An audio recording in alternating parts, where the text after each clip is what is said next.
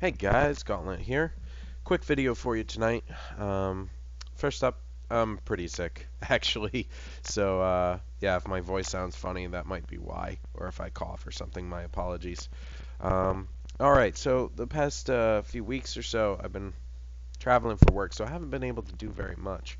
But I am working on making custom mining facilities for all the different strategic resources in the game, and I think I'm done. So that's pretty cool. Now, first thing you'll notice here is that, wow, this starbase has quite a bit of range.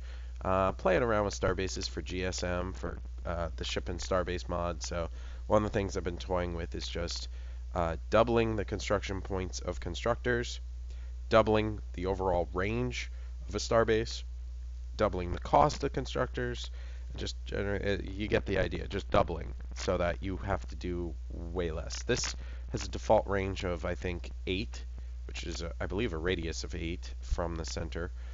So, pretty big area here, and I mean, at least for mining, it cuts down on starbase spam significantly.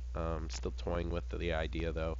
Um, but, I don't know if that'll be worth releasing just because we're hopefully getting a solution to starbase spam. But I fear that Stardock is simply going to give us a new UI tool to deal with it, which will be pretty good, but at the end of the day, and I used to just advocate, let us have these things sponsored by shipyards. That would solve it a lot. I think they're going to do something like that, but I don't know that they're going to have any significant range increase on them or anything like that. So we'll see, because you know the sheer number of starbases you can build is just a little crazy. So with that, anyways, I'm also doubling like all the bonuses they do so that you could still get the same sort of productive output out of just, and the same cost as 3 star bases surrounding your planet instead of 6. So, it's interesting stuff, but whatever. All right, so on to the resources. All right, so here we go. We're at the zoom where you can start seeing them.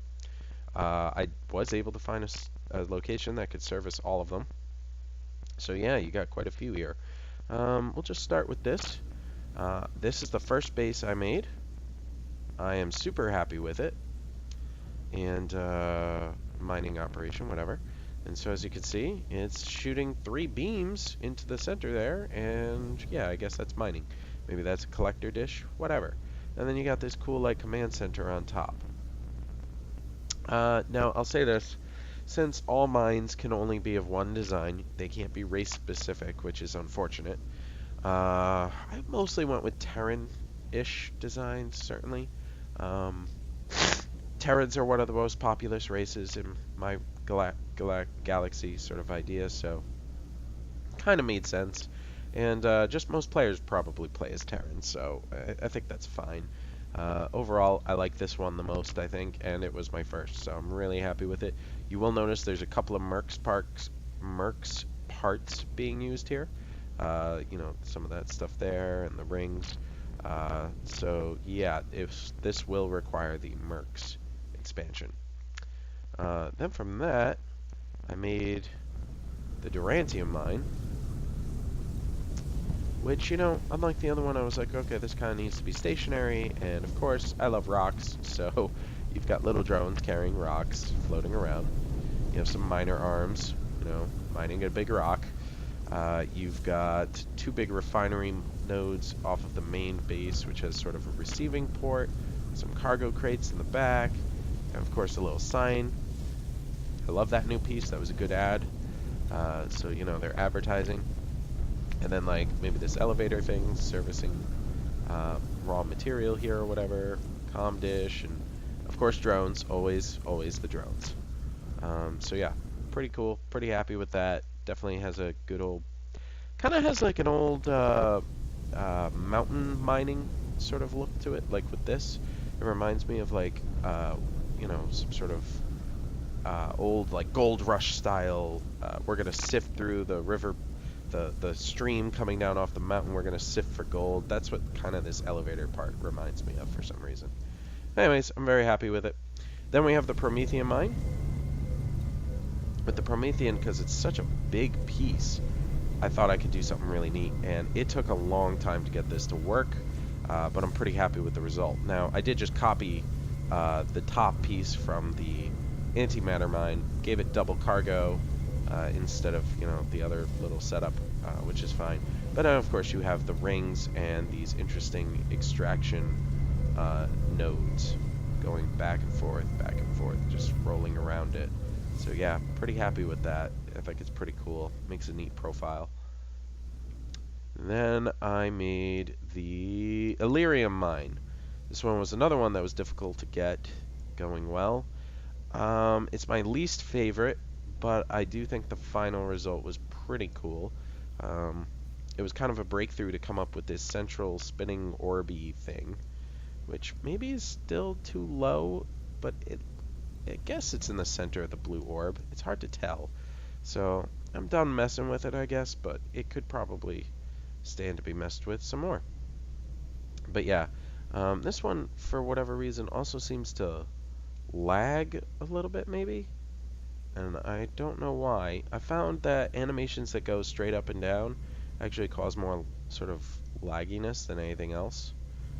So maybe there's just too much going on there. Maybe I'll tell the beam to stop scaling, animating. But overall, I'm happy with it. Maybe I'm just being finicky. I don't know.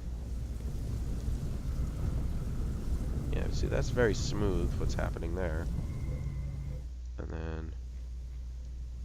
Nope. Chop it, chop, chop, chop. I don't know what the fuck's going on there. I'll have to look into that. Because there are so many mines, even I have to start caring about performance drops, so I don't want to overdo it. And it does seem to be the types of animations. It's probably got something to do with anti-aliasing or something. I don't know. Anywho, here's a thulium. Very happy with the thulium. I like it. I think it's cool. You have the sort of drone bay here again with some fuel tanks and a reception dock. You also have the now iconic miners command center rotating counter to it at the top. And then you have just little drones hanging out, taking some thulium, presumably delivering it, and then going back and getting more thulium. Because, that's their thing. So, yeah, very happy with that, actually. I think that might be overall the best one. Well, I still like this one. There's so many lasers. The laser one was cool, too, because it actually would work totally fine on almost all of these. It works on the thulium. It works on the Elerium.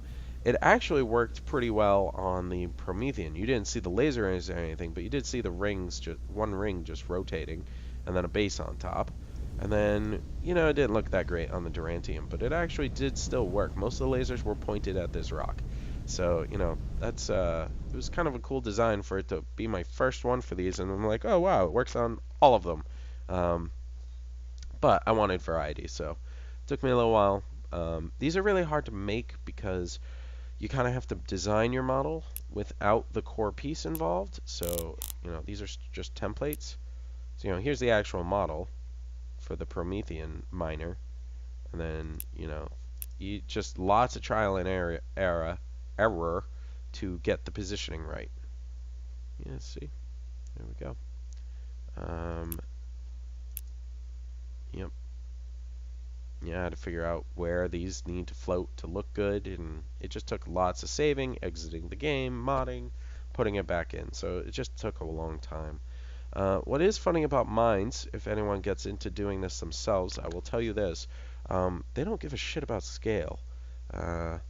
Basically, I put like very tiny pieces, hundreds of units away from this thing, and it would not scale down.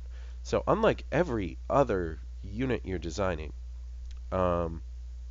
these mines just literally go with an absolute scale. So that was hard at first because I'm so used to scaling tricks being necessary. But it was so refreshing once I figured that out, because then I was like, oh, if I just set this, piece here to, I think this piece here is like 300 or something. 298, close guess. Well, okay, if I want to use this sort of idea again in another model, I just have to set it to 298 again. You can have absolutism between the two different models and how they appear on screen. And that's all I ever wanted. No, the scaling's good for units. It really is. It keeps things from getting stupid by accident, but sometimes it was refreshing to work with something and just be like, oh, I don't have to mess with the scale and eyeball it. I can rest assured that when I make this piece 298 on one end and 298 on the other, they're actually the same size. That was nice. Hey, I know, geeky stuff. I'm also working on a way to replace the bazaar, if I can find it. Here we go. And the pirate bases. But unfortunately, no matter what yeah, you saw that. Yeah, that's right. Here's the icon. And nothing. Invisible. I've set up the mod file correctly, as far as I could tell, to replace it. I have a design. I've told the mod file to look at the design. It just doesn't care. I can get it to appear, but only by replacing core files. By renaming my design files the name they have for the mercenary starbase. That's the only way I've gotten it to actually appear on screen, and that's not an acceptable solution. So if anyone has any ideas on how I would do this and what's going wrong here, I'd really appreciate it. The pirate bases, I think I figured out, but I haven't actually tested that yet, so that's next. I want to release both a replacement for the Bazaar, pirate bases, and the strategic resources, all as one package, but if I can't figure out these problems, I will just release the new mining bases, probably next weekend or so. So yeah, it will be a separate add-on pack, because you will require mercenaries to use it. And yeah, that's all she wrote. Thanks, guys. Really appreciate it. And